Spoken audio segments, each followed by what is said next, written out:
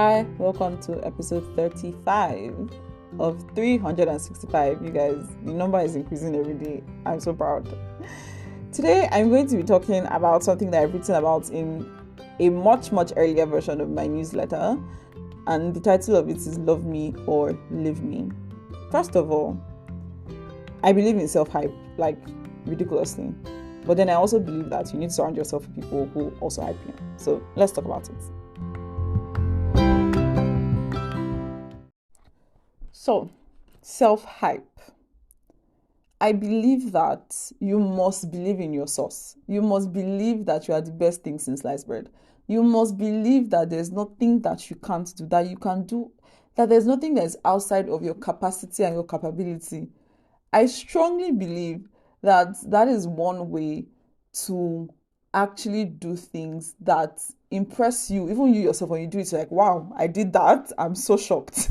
And this is how I felt when I was going into Unilag. So I've talked a bit about this in different places, but when I was going into Unilag, I didn't enter Unilag with the mindset of graduating with a first class or even best in my class. I was even thinking that let me just do a 2-1 is okay. Even 2-2, let me just graduate. Because I had come off a series of very terrible failures. And I've talked about this in the episode where I talked about like my something I really regret doing or not doing. And because of all those failures and almost failures, I wasn't very confident of my academics capabilities anymore or my academic abilities.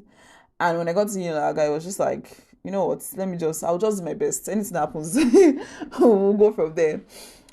And I never had that approach to schoolwork before. There were other areas of my life where I wasn't very confident, but schoolwork was not one of them.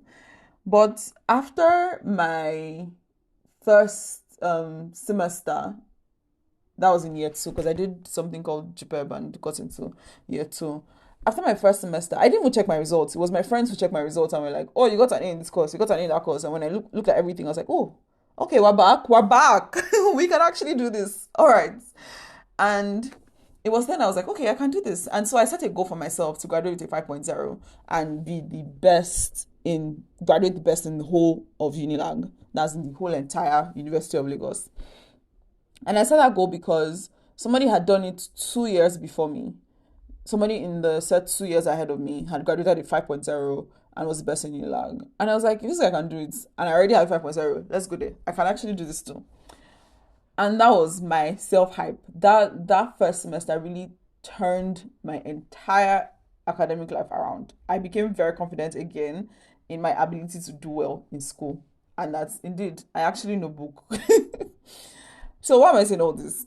The concept of self-efficacy is that when you have, and I learned this in psychology in my undergrad, that when you've done something successfully before, it increases your confidence in yourself that you can do it again, or something, you can do something similar or even something new successfully again. And that is why self-hype is so important, because the level of belief that you have in yourself can get you through the days where it feels like you cannot get anything done, or when you feel like something is impossible. And the other side of it is being hyped by other people.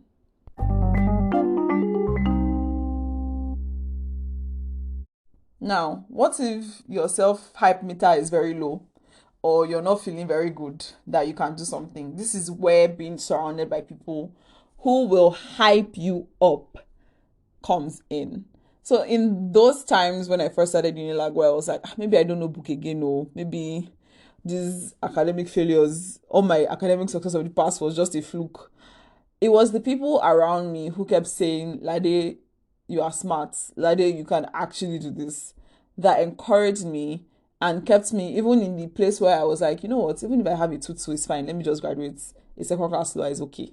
Graduation is what's important, and you can figure it out from there.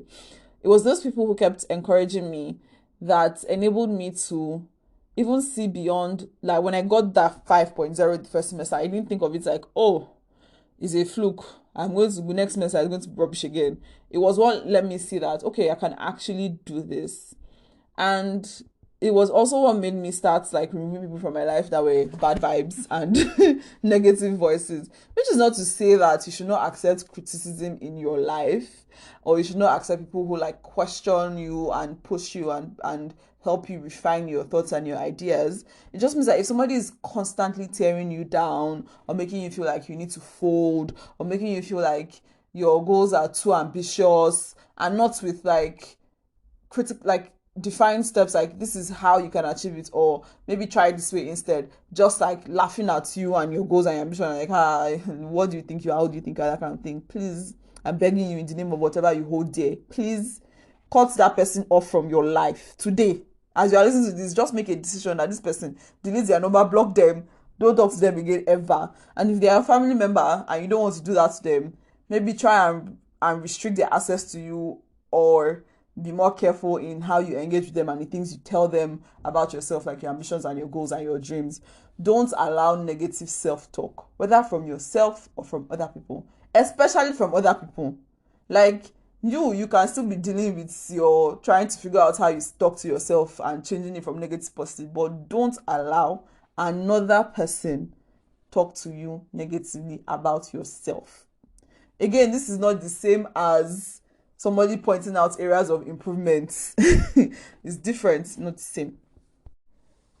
If you have insecurities, if someone is constantly pulling out your insecurities and constantly pressing at them, that person does not like you. And love yourself enough to leave people that don't like you alone. And I remember when I was in Unilag, like that time after I had regained my confidence and I was talking to someone that I was seeing then, I was like, I want to graduate valedictorian, I want to be the best in Unilag, everything.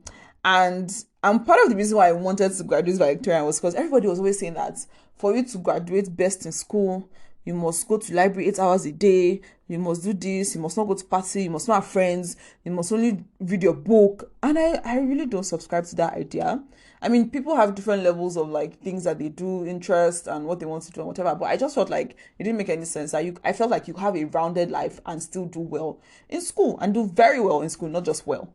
And then I was like working. I had a pretty decent social life.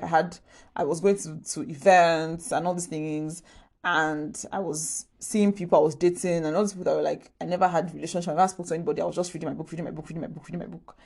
And to be honest, the few times I entered the library was because my friends were going, and I was like, okay, I'll go with you guys. I never did anything serious in the library, but that was by the way. So I was talking to this guy and telling him that, oh, I want to graduate best in my class and everything, and he was like, ha, it was like laughing at me. I was like, so I really want to graduate best in my class, and that's in my department I can graduate best in. I was like, me that I'm just overcoming my challenge of doubting myself. You're not putting one side. That very day, I stopped talking to this person. Like, I was like, you know how people are always like, it's not you, it's me. I was like, it's you. It's not me, it's you. You're a terrible person. Because how can you say that to me? So I was like, bye. And that's the attitude you should have to people that put down your dreams and your goals. Tell them bye. Cut them. Use scissors and cut them out of your life. And with the glory of God, though I did not graduate best in Unilag, I graduated best in my department and my faculty. And I was very happy with that. And I didn't get a 5.0 CGPA. I got a 4.88 because life happens. But the point is that I achieved part of my goal. And I removed all the people that wanted to discourage me along the way. That's the moral lesson here. If somebody is being a hater in your life, hating on everything you do, hating on everything you think of, hating on your goals, hating on your dreams, hating on your ambition, love yourself enough to tell them bye. And that's where the love me or leave me thing comes from. Either they are for you or they are against you.